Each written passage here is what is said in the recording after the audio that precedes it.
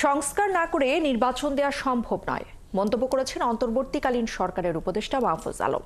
শেখ হাসিনা সরকার যে প্রতিষ্ঠানগুলো ধ্বংস করে দিয়েছে সেগুলোকে একইভাবে রেখে নির্বাচন দেওয়া যায় না বলেও মন্তব্য করেছেন তিনি।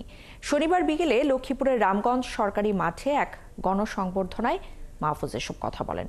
তিনি আরও বলেন, নির্বাচন করার আগে অবশ্যই ফ্যাসিবাদের যে দালালরা আছে তাদের উৎখাত করতে হবে, একই সাথে বিচার করতে হবে খুনিদের।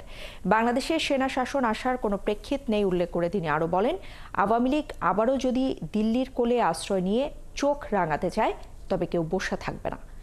মাহফুজ আলম জানিয়েছেন, ছাত্র জনতার রক্ত দিয়ে হাসিনা সরকারকে উৎখাত করা হয়েছে, তাই কারো তাবেদারি করার কোনো দরকার নেই।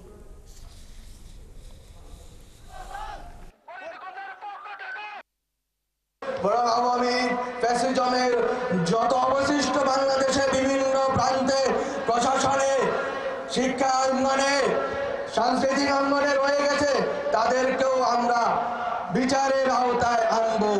অলরেডি অনেকগুলো কমিশন সংস্কারের প্রস্তাবনা প্রস্তুত করেছেন। খুব শীঘ্রই রাজনৈতিক দলগুলোর সাথে ঐকমত্যের ভিত্তিতে আমরা যে সংস্কার না করলেই নয়, নির্বাচনের পূর্বে সে সকল সংস্কার করতে চাই।